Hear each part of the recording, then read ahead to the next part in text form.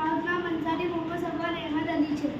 મારી શાળાનું નામ જનતા પ્રાથમિક શાળા છે. હું ધોરણ 7માં અભ્યાસ કરું છું. મારી સમસ્યા એ છે કે અંતરિયાળ ગામડામાં પાણીની પીવાના પાણી અછત હોય છે. મારું આઈડિયા છે વરસાદી પાણીનું સંગ્રહનો છે. તો આમાંથી ટાંકામાં વરસાદનું પાણી આવશે. એમાંથી આમાં આવશે તો કાંકરાથી વધુ સાચું થઈ જશે. એમાંથી આમાં આવશે તો આમાં વધુ થઈ જશે. और આમાં આવશે એકદમ સાફ થઈ. તો આપણે એમાંથી કામ કરી શકાય છે. બગીચામાં ડાલી શકાય છે.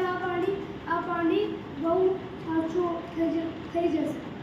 આ રીતે આપણે વરસાદી પાણીનો ઉપયોગ કરી શકીએ છીએ અને ચોખ્ખું પાણી એક બાજુ કરીને જે બાકીનું પાણી વધે છે એને આપણે બગીચાના છોડવાઓમાં નાખી દઈએ છીએ.